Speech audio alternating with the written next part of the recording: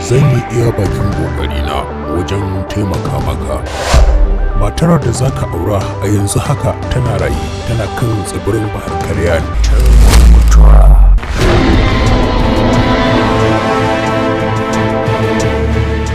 Za mu tafi tare, zan taimaka maka, ka je cikin dajin, ni kuma zan ci gaba da kasancewa tare da kai.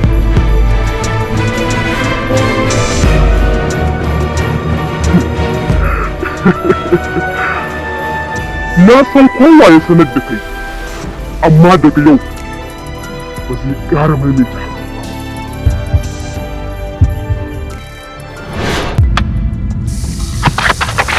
Mara'isiya, na yi alkawari ba za ki cutar da mabiyin addinin da nake bi ba.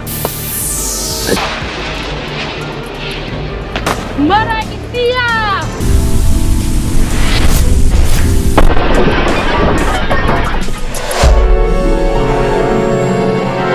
Amma, kana da zaɓi, sai dai ka zaɓi ɗaya.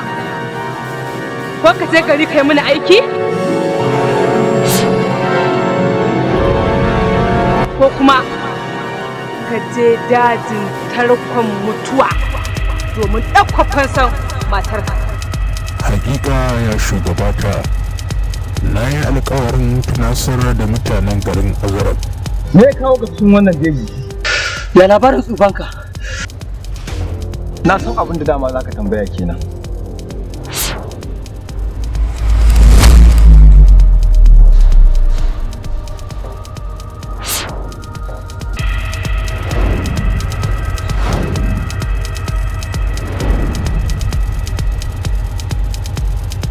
Khadija!